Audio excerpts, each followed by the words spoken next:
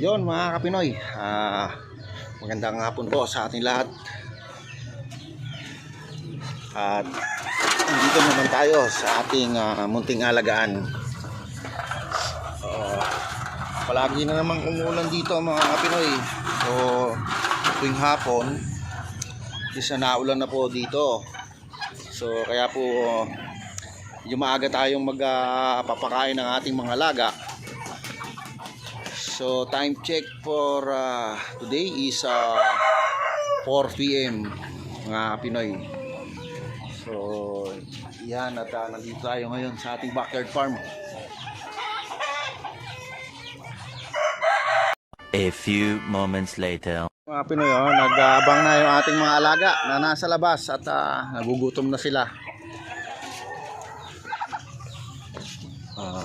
Tingnan mo natin yung ating mga sisiw mga kapinoy. Yung ating mga cute na sisiw na nandito. Ayan, stay healthy. Ayan, dahil natiling healthy ang ating mga alaga mga kapinoy. Ayan o. Lagay ako ng vitamins dyan sa tubig nila. Dagdag boost sa kanilang energy mga Pinoy. At siyempre dito naman tayo sa may kabila. Yung bibi natin nag-aabang dito yung ating ibang mga sisiw mga Pinoy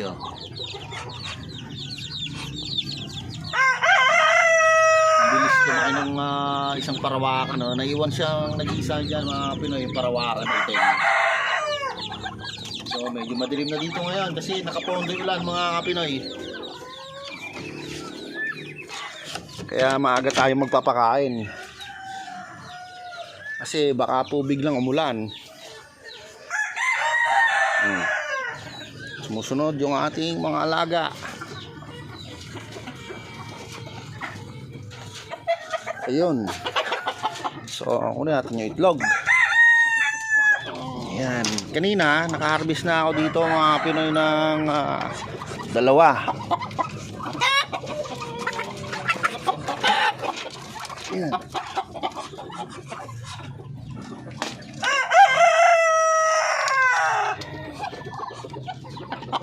Pangatlo na to ngayon.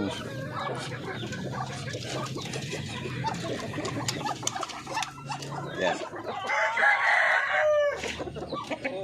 Tapos lalagyan natin to dito sa lalagyanan ng ating mga iniipon na itlog mga Pinoy. Dami na So ito, yung mga nakabukod na yan, yan po yung ating mga itlog ng darag.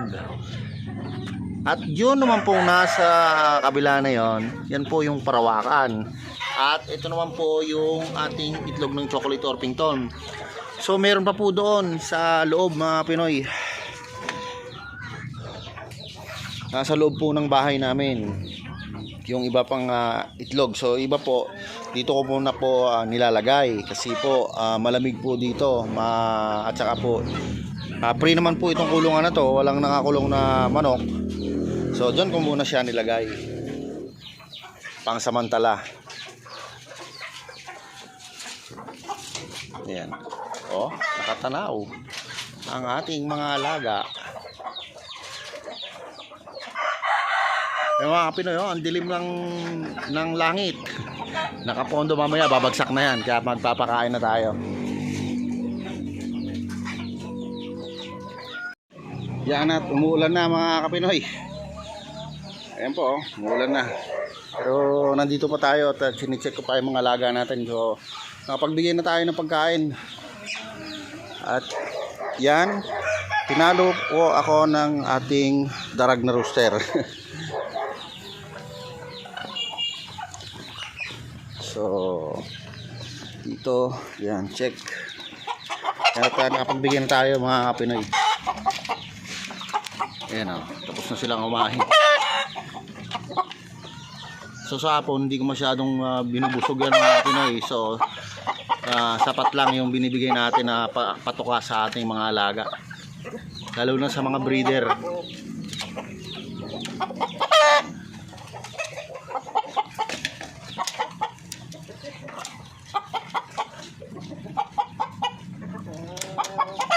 Yan ang mga Pinoy. So, sa kabilang kulungan na ating mga darag.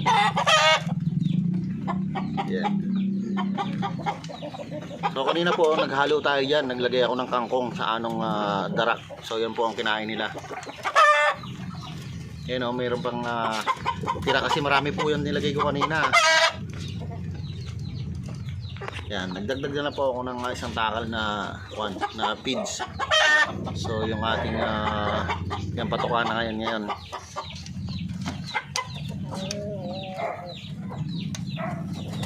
Yan, tumuulan na mga kapinoy. So dito lahat pa tayong nakuhang itlog dito ngayon. So kuwan muna, baka bukas pa to. Doon sa sa mga breeder natin kanina ng mga darag diyan sa dalawang magkadikit na kulungan na yan, mga kapinoy, 6 na itlog ang nakuha natin diyan kanina. So bless po yung ating everyday. At marami po tayo nakuhang itlog. So baka mga 2 days or 3 days pa siguro makakapagsalang na naman tayo ng mahigit isang tray.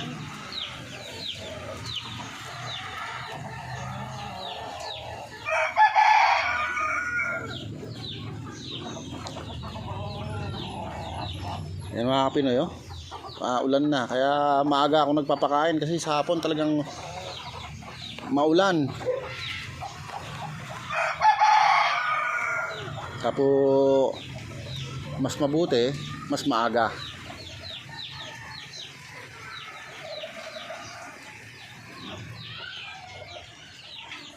So yun mga kapinoy, at hanggang dito na lang muna po ang vlog natin for today. At yan muna po ang mga kaganapan na ibibigay ko sa inyo dito sa ating backyard farm. At binabati ko po yung ating mga OFW. Shoutout po sa ating mga OFW sa man po kayong panig ng mundo. At don't forget to subscribe and hit nyo na rin po ang notification bell para palagi po kayong updated sa ating pang mga susunod na video. At ako po ay nag-iiwan sa inyo ng mga katagang. Pag may pangarap, magsungika. Paalam!